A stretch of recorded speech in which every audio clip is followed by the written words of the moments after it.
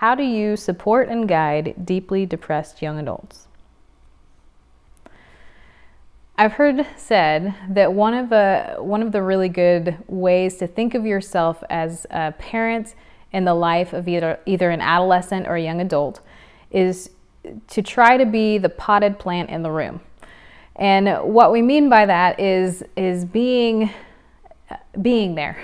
It's really the essence of it.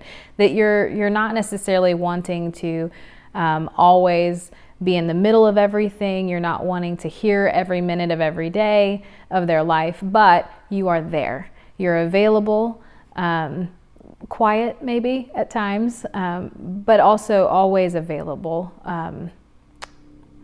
Always ready for when they are ready to kind of dump some of their day, or maybe, if you're lucky, even ask a question. Then you're there. They know exactly where you are. You're accessible and you're ready to listen.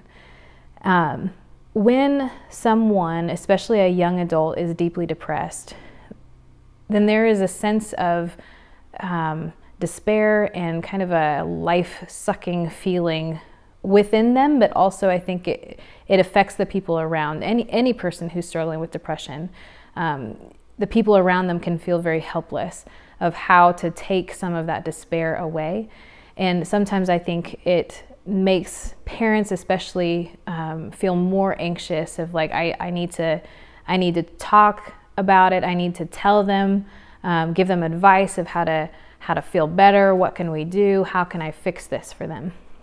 Especially with young adults, just like that potted plant idea, a lot of it is just to be available and not to always have that feeling of, let me give you advice, let me tell you what to do. Here, you need to be exercising today, let's go exercise.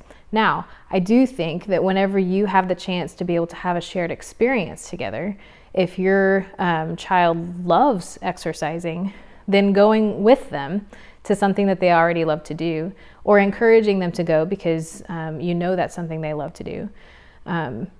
Offering yourself to be a part of that and share that experience with them. And sometimes the shared experience doesn't have to have any specific benefits other than just being an enjoyable experience together, like going to a movie, or for a young woman, maybe a manicure or a pedicure with a parent would be something that could be very connecting and also just bring a little bit of joy.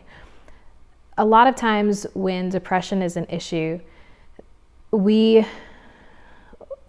kind of sell short just the idea of being connected to someone. And in reality, that's one of the most powerful things, to be able to help that helpless feeling and that despair to not feel so bottomless, is if there's just somebody who's there that's not expecting something out of you, that's not wanting you to pull happiness or a smile out of nowhere, but has low expectations, high flexibility, and above all, just a desire to be accessible.